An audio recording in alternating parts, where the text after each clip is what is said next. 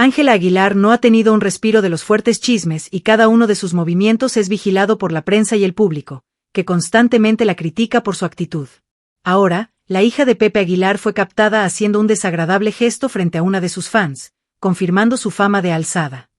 Si bien Ángela Aguilar ya es el centro de las críticas, parece que la cantante cada día se empeña más en alimentar esta imagen, y ahora con sus propios fans. En un reciente encuentro con una de ellas, la hija de Pepe Aguilar se acercó a saludar, a lo que su fan, muy emocionada, le dio la mano. La tensión se disparó cuando, inmediatamente después del saludo, Ángela se alejó y, con una risa forzada, le soltó la mano. El momento que encendió las redes fue cuando la cantante disimuladamente se limpió la mano con su pantalón después de haber saludado a su fan. Esta acción le causó las críticas de alzada y diva en las redes sociales.